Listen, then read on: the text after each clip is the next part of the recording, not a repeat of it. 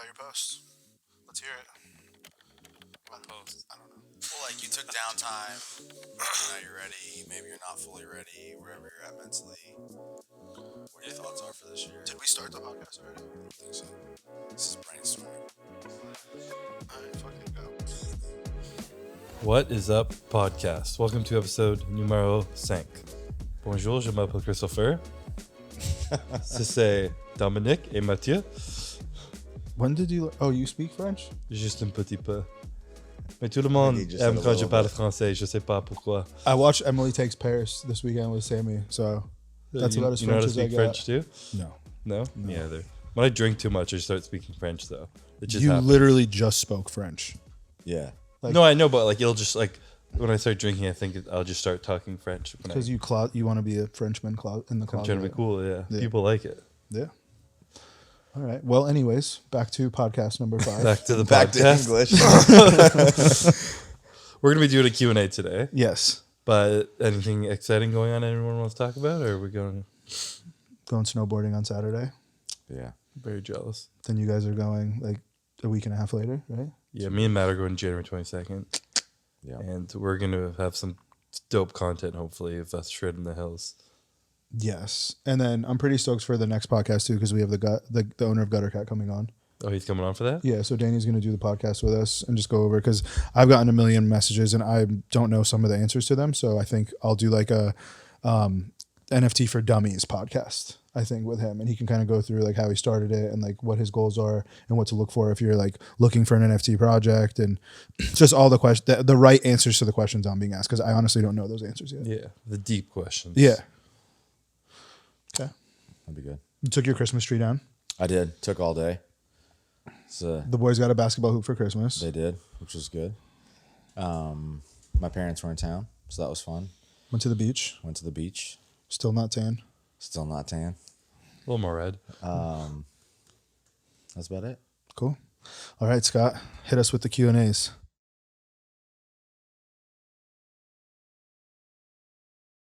Is that question? That's make like sense? that's a very loaded question. I'll start though. Thank you, Matt. I think the brand to me, and I think these guys would say the same thing, is we want it to transcend any particular thing, whether that's product, person, definitely person. I think our goals for all of us are to one day be able to walk away from this and still see the brand flourish. And that's going to take, I know that's part of the reason why Chris wanted to come on, is because he wanted to build something bigger than just his own name identity. So that's kind of a big focus for me this year, is to continue to do things and pour into the brand in ways that are going to make it bigger than just us. And I think that also means that we need to do things to attract more people to us, to then allow it to become bigger than us. And then from a brand perspective, one of the things that Chris has been saying a lot is just to not have a company that's solely focused on supplements. Whereas, within whatever we're doing, people are attracted to it. So I would say ultimately that's the focus of what we're doing from a quote unquote branding perspective. Because I know the person that asked this is just whatever we're doing, whatever we're involved in, that people will want to be a part of it, not because of the price point, but because of who's behind it. And that ultimately is what matters the most to me. Yeah, I mean, to build on that, I think it's more like just a no bullshit approach. Like, right? Like everything we do is just raw. It's real. If we do something, we're going to do it 100%. And, like for instance, if whether it's supplements, clothing, the podcast, we're going to give it everything or we're not going to do it. And that's what it means to me. It's something that I don't think has really been done. It's in our industry, and transcending from supplements to real life to whatever it is. I think we're just building more of a family and people who believe in us as people. And hopefully that once you believe in us, you believe in our brand, and it just grows like crazy. Yeah, I mean, as a brand, we want to build like a culture of people who want to feel like a part of it, and we want to represent, like we've talked about, from the ground up, the whole aspect of everything. We want to talk about how we're doing more outside of supplements. We're trying to look at the whole picture of stuff, and we want to bring in a culture of people who look at the whole picture of their life, mental health, physical health, all that kind of shit, and approach everything, like you said, at 100%. We don't want any pussies here. We want some winning mentality. We want people who are going to work hard. And if not be inspired by us and what we're doing to apply that to other aspects of their life, whether it be their health, their job, their family, to be the best versions of themselves. We're trying to build the best version of this company we can. Yeah, and I think another thing that, we're grateful for is, and I think this gets lost in translation sometimes, is that, we all have some type of an impact in the bodybuilding community, but this brand is just so much more than that. It's made for everybody. It's made for a mom. It's made for a gamer. It's made for a dad. It's made for someone who's never worked out in their life. It's made if you want to be better than what you are. And if you want to elevate yourself and mentally, physically, and, internally, then like we're that brand, and we hope that you guys can see that that's what we're trying to portray to you guys. Beautiful. Next question. Why does Chris copy my sneakers? I had these first. No, dude, you copied my Kith jacket. I have too. 2 pairs of these. It's fucked up. I had the jacket first. Okay. I'm Canadian. Plaid was mine. Yeah. It's Yeah. okay. Yep. What did I copy? You were the last one in this room to have those. I'm just gonna. You didn't wear yours until after. No. Admit it. I just have a Look, lot you're of turning shoes. red. I have a lot of shoes. Oh, okay. Next question. Chris already said I was red. No.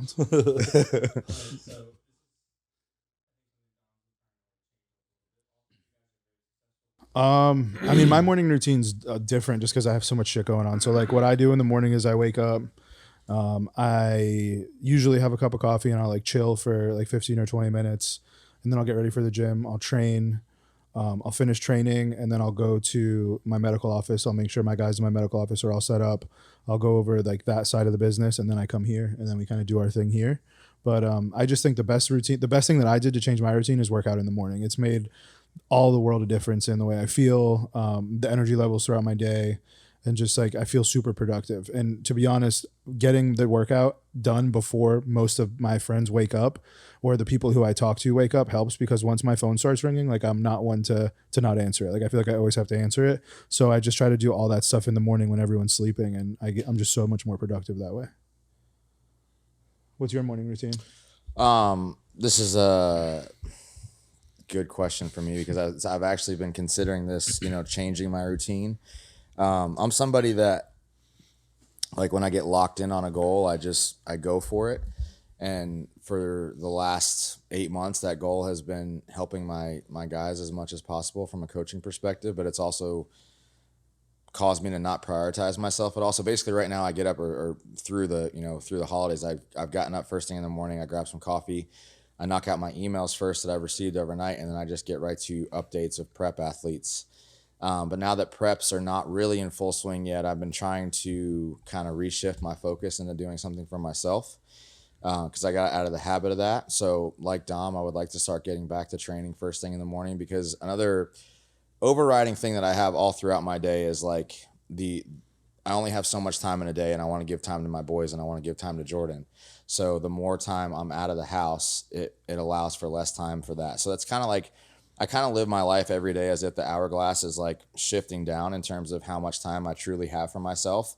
And then I always justify that time in my head at the end of the day. So when it comes to me having 45 minutes at 5 o'clock, I'm having this internal battle of, okay, I can answer updates for another 45 minutes, or I could go home and spend time with the boys for 45 minutes. But whatever I don't get done in that 45-minute span, that means I'm going to have to get it done when the boys go to bed, kind of thing. So I just need to start trying to prioritize myself more. But this is all a good problem. The fact that I'm busy and I have things throughout the day. But I will say one of the things that has changed being down here in this environment, and also a decision that I made, was making sure that I get up before the sun comes up, and that might be 5:30, that might be 6, but that really has just changed the productivity that I've had. And I've seen it benefit every aspect of my life. But I was somebody that slept in more in the past, maybe 7:30, 8:30. And since I've changed that part of my routine, it's really benefited every aspect of my life. So, now I'm trying to really prioritize what I'm doing when I get up, and maybe not giving so much time externally right off the bat. But regardless, waking up earlier has really changed things for me a lot. I mean, I'll be honest, my morning routine right now is pretty shit. I've told you guys, I'm just going to be honest. I'm not going to pretend like I meditate and I was going to say cold plunge, meditate, run 7 hours. In the past, I have done that, and certain things haven't helped me at all, and certain things have. So I want to start applying the things that have helped me. And I have just bought a real proper cold tub, which I'm going to start doing every morning because I used to do that in my last prep, and it helped me a lot. But the number one thing that I do currently try and do is I wake up and I just try not to look at my phone. I try not to go through anything for the first like hour I'm awake, and it helps I don't have clients or like 10 businesses I'm running, so I have the luxury of that. But it just helps me keep my mind at peace. And when I was in prep and I was doing cardio, I would not look at my phone. I'd get on it and I would just close my eyes in my garage, and I would like envision what my goal is and what I'm chasing. And during prep, I would usually picture what my week leading up to the Olympia would be like, and then what it felt like backstage, and that feeling I had stepping on stage. And just that like mental preparation and visualization I had really caught me in the mindset of that day. What I'm trying to do is get to that point of feeling that good on stage. And it just lined me up for that every single day. So that was my prep thing. And then honestly, when I got to the Olympia and I'd done that every day, I felt like I had already done it. I felt confident, I felt prepared, and I was like, fuck it, let's do it. So that was probably one of the best things I applied to my morning routine. So I want to start learning how to apply that into things other than prep now, because I'm not always going to be 8 weeks out, 6 weeks out the Olympia. So I'm going to try and do similar things like that, stay off my phone and just kind of spend time like with nothing on my brain, just like bringing my brain back to like what I want to do and no like trailing thoughts of stress or anxiety, and just like calm myself in the morning and allow that to set the pace for the day to have like a calm mindset. So the goal is to apply that. I have literally just been waking up and trying not to look at my phone and just eating and staring at the wall pretty much. So hopefully now that I'm getting back in the gym and being a little more productive with my lifestyle, then I'm going to start to apply that. That's cool. Dope.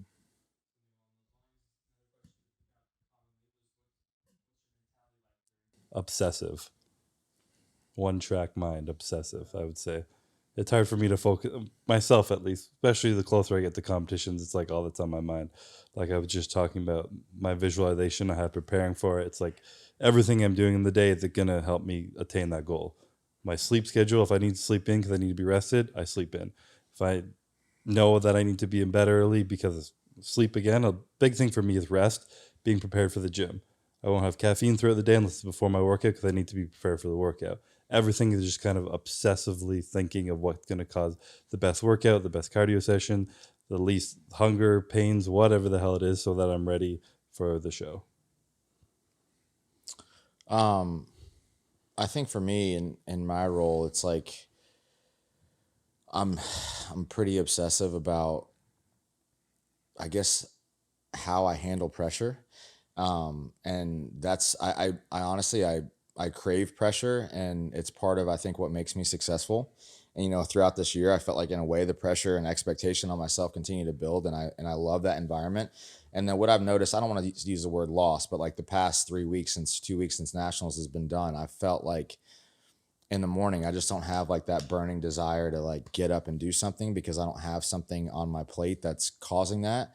But at the same time, I'm also reminding myself that I need to refresh and kind of let myself rest, so that way when the pressure does come, which it'll come the first week of March, I'm ready to handle that again and not make mistakes. And then also, and I don't want to say this in an arrogant way, but something else that I do for myself is I don't really listen to any inside the bodybuilding community type podcasts, because I don't want to let somebody else's thought process infiltrate my thought process, whether that's consciously, subconsciously. So from a competitive aspect and my mentality, that's a big part of, I think, what's made me successful, is because I have my system, and I know that it works, and I don't want to allow somebody else's thoughts to kind of infiltrate my system when it comes to coaching. So those are two things for me. Fuck the haters. I mean, I think that what you just said is like relates to anybody. Yeah. You know what I mean? Like you have, there's like, I hate to say it, there's like 1,000 ways to win, right? So if your method is different than someone else's method, you don't want to be skewed or, think that maybe he's right or maybe it's perfect. I agree with that 100%. Yeah. Because if someone told me like the way when I started my business was, the wrong way, and millions of people, not millions, I'm being exaggerating, but a lot of people were like, this isn't how you do it. You have to do it like this. Because when I started Revive, the medical company, I like revolutionized the way people paid for hormone replacement therapy. Like there was never a clinic ever who catered to middle class, you know, $200 a month patients because that was like out of reach for them. The average HRT clinic would sell like a year, 2 year packages or 6 month packages. Everything was thousands and thousands of dollars. And when I came in, I was like, fucking most people can't afford this. So what I did is I set up this membership model, and I can't tell you how many people, this is stupid, you're never going to make any money, you know, you're going after people with no money. And to be honest with you, the middle class, working class has been my best patient since I opened. And now you see every company and their mother is doing, you know, monthly HRT packages because, you know, it works, it's super successful, and now everyone does it. Everything's the wrong way to do it until it isn't. Yeah.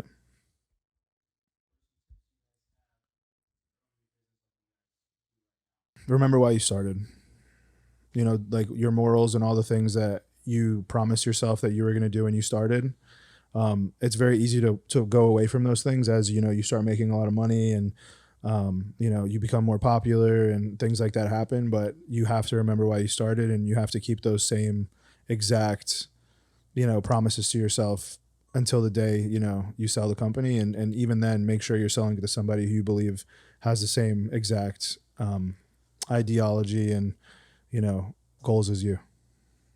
I think too, sometimes we overcomplicate these things in our head, but whether it's relationship, whether it's business, whether it's business ethics, it really all comes down to the same thing. And I'll never forget this, but the second conversation after Dom and I committed to being partners with each other, our second conversation we had about business was about communication, which really had nothing to do with business at all, but more so about how we were going to handle the good, the bad, the ugly, the indifferent, you know, and whether it's a spouse, whether it's a, you know, girlfriend, a coaching relationship, that to me, I think is what's so important is how you communicate, and making sure that you communicate early, because problems are going to come up, and rather than trying to, you know, sweep them to the wayside, just addressing them, communicating through them, communicating so that problems don't happen. That to me is huge. Yeah, I second that. Yeah, I mean, I'm new to all this, but a big thing I've been kind of lucky to fall into is we're just like passionate about what we're doing. Like you said, remember what you're doing. Don't start falling into the money, especially the more you start making money. Don't start thinking that that's going to make your business better with just chasing a larger dollar bill. You got to just try and build something that you love and that you're passionate about. It's all about fixing a problem or whatever people need, trying to give them what they need. And what is the best way that you can help someone is more important than what is the most money we can make, what is the most shit we can sell. And I think it's been cool being behind the scenes here and seeing it.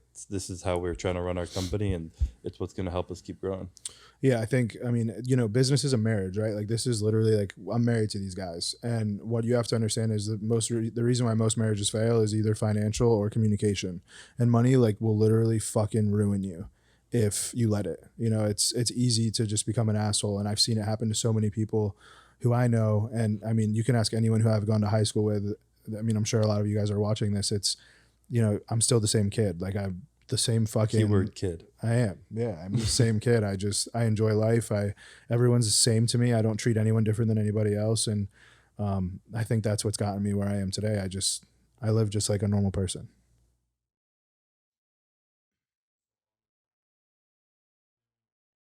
Honestly, no, I wouldn't. You know, because even what we've learned, it's allowed us to be where we're at today. You know, and we did learn some things with Revive that we applied to Raw. I think, you know, in hindsight, we could have made some different decisions within Raw that might have brought us, but it wouldn't have brought us to where we're, you know, three guys sitting in this room today. And we still have good relationships with every single person that we've worked with to this point. And we might also not be able to say that had we made these different decisions off the bat. So I don't like to go back and say, I would have changed, because all those things lead to where we're at today. And I think that's a good thing. So, yeah, sounds corny, but I think like the everything happens for a reason phrase is true. I think the decisions you make every single day lead up to like your outcome in life. So I'm pretty happy with every decision I've made, and I wouldn't have changed any of it. I don't think you're going to find one successful person in this world who wants to change their past. Yeah. Not just because they're successful now, but because they understand that you can't look back and change things. You can only move forward and be better. Right. Yeah. And usually there's no reason, if you're alive, you're happy, you're healthy, there's no reason not to be grateful for where you are. Yep. And if there's something more you want, you work for it in the future, not trying to change the past. And it's kind of a simple mindset. It's pretty obvious, but you don't get nowhere moving backwards.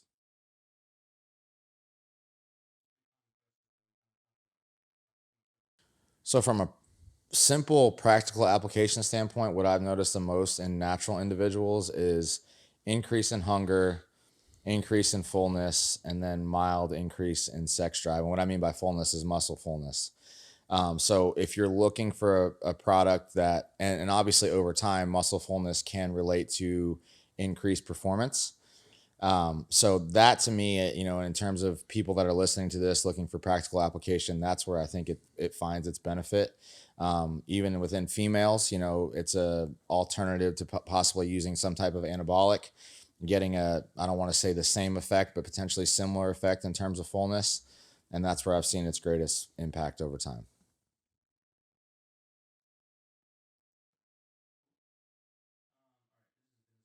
So this isn't a question we should answer. We're going to get in trouble. No, it's just there's no right answer. Yeah. I mean, what, buy this, do that, and then the kid does it and he fucking loses it. I mean, if you have to be passionate about what you're going to do with your money. Don't listen to someone else. It's the worst thing you can do. If you can think of something to do with it that you think you can do well with, do it. But to give a more constructive answer, and I think we all know the answer to this, but if you have debt, but you have some money saved, do you think you should slowly pay off the debt and invest so you're using your money for something? Or do you think you should pay off all your debt first and then think of growing? So the first thing I go to is like, what is your percent on debt and what could you make with your money? Yeah. You know what I mean? Like this is not a good answer, but like if there's something that you can put your money in that's going to give you a better interest rate than what you're paying on your debt, then put it into that. But if you can make 1% on your money, but you're paying 3% in credit card debt or 16. I mean, credit card debt's no joke. Credit card debt's like 16 to 20%. So unless you're making 20% on your money, which most people aren't making, you need to pay off your debt. Fair enough. Yeah. This one's geared towards Dom. We can go into. So I'm always big on people, right? I've told you guys that from the beginning. So I usually try to find people who are like super good at what they do, and I'll like be the financial backing for their business. And comes from just knowing them, being around them. Some of them are gym members, but the roofing company started because there's a gym member who's, a great kid, super trustworthy, honest. I've known him for like years, and he has a great reputation in town. He used to own a business that just repaired roofs, and he needed capital to start his roofing company, and he needed a license. So my wife got her GC license, and I brought the capital to the business, and that's how I started the roofing business. Real estate for me is just a long-term play. So real estate is something that I want to have. So when I retire, I still have, which probably won't ever happen, but I'll have, money coming in. And it's a great way to defer taxes when you have to pay a lot of taxes. So that's the real estate part. And every other business that I've gone into, like the IPOs, it's just based off of the people. It's based off of good people who have the knowledge that I don't have, and I provide the capital that they don't have.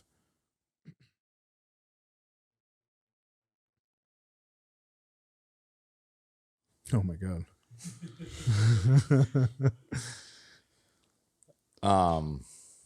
Everybody's looking at me. You want me to answer it? No. So this is, I like this question because I think we had a internal conversation via email that started about goals for 2022. And just being completely transparent, Dom and I think one of our things that we need to work on the most is being able to effectively lead other people better, because we are both extremely internally self-driven. And when something needs to be done, we just do it. And I think one of our biggest flaws might be that we expect that out of other people, and it's not always going to be the case. So especially for me and, myself this year, I want to go in and be more intentional with just making sure that our communication from the top all the way down is there, just to create a better work environment, better work atmosphere here. But in the same token, we give a lot of people freedom here. We just expect that when they come to work for us, that they get their work done. And I know early on when we had less employees, the conversation in our office when we were hiring somebody was, hey, you don't really have set work hours, but just make sure your work's done and make sure we don't have to micromanage you. And then as our businesses have grown, we've learned, some in good ways, some in bad ways, that we need to micromanage more. just to set the expectation. So now we have set work hours here. But within that, we're still not, doing constant checks and balances on people. We're just anticipating and, hoping that the work gets done. And then also within that, Dom and I, Chris, we always want to be the first people that people come to if there is a problem. That was something that we established early on, but then also within that, as a company continues to grow, we've put more people in place, and I don't want to say checkpoints in place, but people in place to communicate to in terms of, hierarchy of communication, which then ultimately comes back up to us. But really, this is something that I'll take, say that we need to continue to work on, because we've grown at such a fast rate that we've had to continue to hire and hire more people, that we're learning at the same rate of which, we're hiring people in terms of being better leaders in terms of our communication. Yeah, I think any business owner who has a lot of employees will say that the most difficult part of any business is leading people. I'm blessed to have hundreds of employees all over the country now, and that's probably the biggest pain point I have, is just expecting a lot out of people. And I think that one of the main things that you need to understand is your people are your greatest asset, right? So you need to take care of your people, because in turn, those people are going to take care of your customers. And I feel like I'm overly generous when it comes to that part of it, when it comes to the financial part of it, when it comes to making sure people feel appreciated. But then at the same time, like, I have zero emotion. So like I completely separate emotion from business. So I have no sympathy for people who aren't working and aren't doing their job. So, and on one perspective of it, I feel like I'm great. And then on the other perspective, I feel like I need someone to kind of be between me and an employee, because I mean, you probably would agree with this. I have no sympathy for someone who doesn't want to work hard, or for someone who shows up late. Those things don't even make me, I don't know. I don't know how to explain it. I just have zero remorse for people who don't do what they're supposed to do. So I'm not the best person to, I guess, relay those messages to them, because they're not expecting what I'm going to say. Yeah, I mean, there's nothing really wrong with that. I think we have expectations that we want the people who work for our company to love the company and to be excited to work and go above and beyond. And if you're going to come in and show up late, leave early, and try and do the bare minimum just to kind of skate by and cash your paycheck, it doesn't really fit with our culture and the energy that we want to share throughout the office. So whether or not whatever happened, that person may not last. But that's just we talked about the type of brand we want to be, the type of culture we want to build, the employees we want to all have the same kind of beliefs. And one thing I would say too is this is actually something that Dan, one of my good friends, Dan, told me, who owns Ghost. He said, don't underestimate the young, hungry kids. And he told me that because when I was trying to hire people for Raw, I was hiring in the industry, and a lot of those people didn't work out here because they just had this set of expectations, and they, this is what we did here and this is what we did there. And it's that's great, but all the companies you're naming are out of business. So I don't necessarily think that we should be copying or mimicking what they're doing. I think we need to go after, the brands that are successful and the good, the positive. And I think one of the best things we ever did here is we took people from out of the industry. A lot of our employees have never worked in the supplement industry before, and they just they appeal. Everything we do, it's not just for supplements. It's for everybody. So I think our branding, our imaging, just the people that work for us, everything is just fresh. It's new. They're hungry. They want to work. And that's probably, I could say, one of the best things that we did when we started the company. Yeah, I agree with that.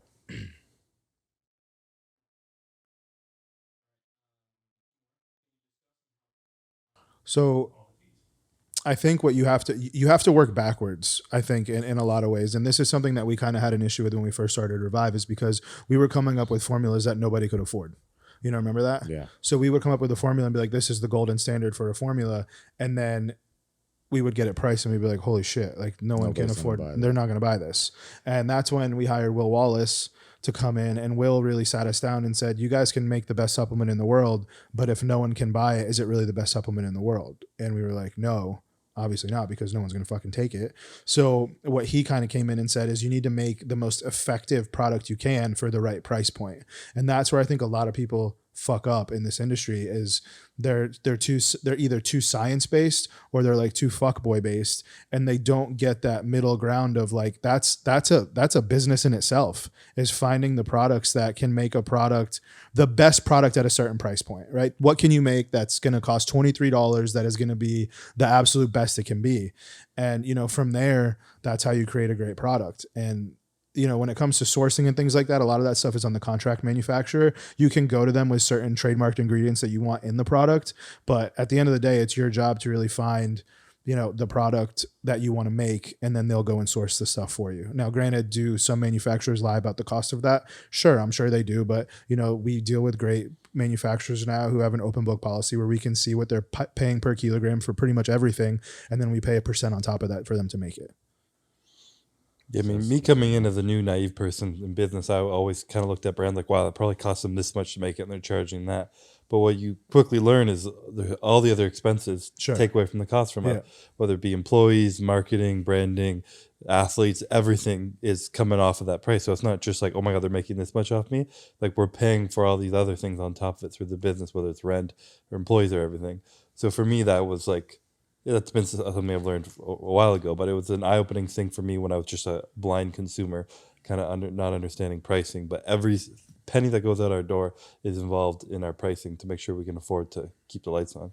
Yeah. That's also go ahead. No, you go. The point that you put up in this question of third-party testing, that's something that we've had since day one, you know, and that's an expense that we've continued to take, and we've not want to put that back on you guys, but it's been important to us to show the validity of our products. And that's somewhere that a lot of companies aren't doing that with every single product, with every single SKU that comes in, every lot number, you know, and we've taken a stance from day one to make sure that we do that. So whenever we receive a new product in, a new lot number in, it gets sent off to third-party testing. There's a price that we've actually continued to work to get down on that, but it's expensive. But we've never wanted you guys to incur that cost. So when you look at our pricing online, or when you're buying from us, you're not having to pay, but yet you're still having to you have access to that testing information that we provided. Yeah, and one thing that I do want to talk about too, like Chris said, is, you know, overhead is huge in supplement companies, and people don't realize that. So you guys see, like, you know, millions of orders or whatever it might be, but the end margin is not there. And especially in direct to consumer, it's great. Well, not great, but it's better. But when you deal with like wholesale, like if our brain was all wholesale, we couldn't do all the things we do. Like we couldn't do half the stuff we're doing for your guys. We couldn't, you know, give away a car. All of that stuff comes because our margin is just much better when we sell directly to you versus wholesaling. So we do appreciate you guys continuing to order, because that's why we're able to do the things we do. And as you can see, we're taking that money and we're giving it back in different ways. And we're just trying to build that culture of, you know, you guys becoming our family.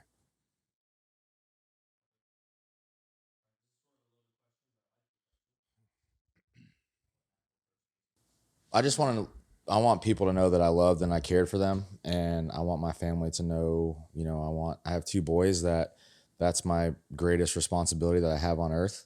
And I want them to know that they have a dad that loved them very much. And, you know, the work decisions that I made, the time decisions that I made from a scheduling standpoint to how I ran my day, it was, you know, they were always in my mind. And then just ultimately that I helped people, you know, that I did things and I had a desire to help people and to see them succeed. You know, there's no really greater privilege and joy for me, you know, especially from a coaching aspect, of seeing somebody accomplish a goal that maybe they had in mind, or maybe they never thought that they would be able to accomplish, and seeing them be able to accomplish that or exceed that goal that never gets old for me. You know, I'm not one of these guys that keeps a tally of every pro card that I've, you know, helped somebody win. And I think the reason why I do that is because there's still a freshness with every one. You know, so that's really the thing, that I love people, that I cared for my family, and then I just had a desire to help people. I think what I want to do, oh dude, it's going to get emotional on this one. So my thing is, like, I want my kids to be able to do what they love, right? So like I feel like when I grew up, I watched my mom do shit she like hated to like give me a life that I deserved. So fuck dude, this is tough. Okay. Yeah, so like my goal would be to make enough, you know, financially, doing the right things to be able to make sure my kids are able to do what they want to do and do what they love for the rest of their lives. I'm your kid too. Thanks, Dad. Yeah. Mine's less emotional than that probably, but my like selfish legacy is within competing. I want people long into the future when they compete, whether I'm retired or not, classic physique specifically, to like think of me when they think of classic physique. I want them to want to be like Chris, like be like Mike, that like Michael Jordan mentality that he had in basketball. I would love to have a fraction of that, the competing world, by the time I retire. And on top of that, I try not to involve too much of my life into just competing. Like you can only do what I'm doing if you're Mr. Olympia, because I want to inspire people to like set the standard of their life. That's why I've like fell into that quote so much, that I want to like inspire anyone to set their own standard for themselves. Fuck what the outside people say. Set a high standard of yourself of living, whether it be in business, competing, or anything. And those are your own goals. Doesn't matter what anyone else thinks of success. It's not a trophy. It's not anything. It's a standard you set for yourself, that at the high level of work, you put in your most intensity of work you can into whatever you're doing, and then you're proud of that work. And I kind of want to inspire people in whatever walk of life they're in to apply that to their lifestyle and come out happy and just proud of what they've done with themselves. I think too, just to kind of, I mean, what Dom said is from the kid side. I know that that's a driving force for me too, because I heard and if my parents are watching this, I have no shame in saying this, but like I heard conversations when I was a kid. I know that my athletics was a stress on my parents. And at times that was hard on me, because I knew that something that I love so much was causing them stress, from a financial aspect. And I'll still remember this to this day, but the first time I played competitive soccer, I had to get a sponsor to pay for me to play. So I don't, and again, Mom and Dad, if you're watching this is a driving force for me, because I love you guys, but like, I don't ever want Dallas or Walker to feel that way, where I felt like I was putting extra stress on my parents or my mom to drive me, or gas prices, or my dad had to work extra so that way I could do these things. And obviously I'm working long hours to do this. But as a kid, I want my boys to be able to do whatever they want to do and not have to feel that, that financial burden that I felt like at times I was causing. So that's definitely a driving factor and why I do what I do. I talk to a lot of people, and like I see, or I hear them say like it's like the same shit, right? Like they hate their job, they hate that, and I just keep going back to like when I was younger, I watched my mom struggle and work her ass off, and again, like I didn't feel it. Like I remember, like maybe I did, but like I didn't know I did. I just like they filled me with love, so I didn't notice the other stuff. But it's like like being happy is so important, and being where I am at right now. And I'm not saying like I built everything that I have from the ground up, but it was just the knowledge and what I've learned from watching her grow and watching my family go through so many struggles has made me just appreciate like happiness, like genuine happiness. And it doesn't have to be financial happiness. Like my happiness and your happiness could be all different things, but whatever my extended family and my wife and my kids' happiness is, I just want them to be able to have that. And have it forever, and have even maybe their kids have it. I just want to make sure that I set them up to be in the best possible position that they could be in. And to me, that's like the ultimate win. That was a good one to end on. So yeah, we threw a lot of them. Yeah, that was good. Yeah. Tesla 1 week. What? 1 week left on the Tesla. The 1 week left for the Tesla. 1 leak. I'm gonna personally drive that car to whoever wins. So. Are you really? No. Someone might be I don't want to watching put this. any miles on it. Unless you live in Canada, then he's definitely not driving with you. Yeah, I'm not going home. I'll hand you the keys, but At the border. We'll throw them to you across the border. catch. Yeah. 1 week left, guys, for real. So we are, what is the date? The 17th is the last day until we close it, but should be interesting. I'm excited to see who wins it.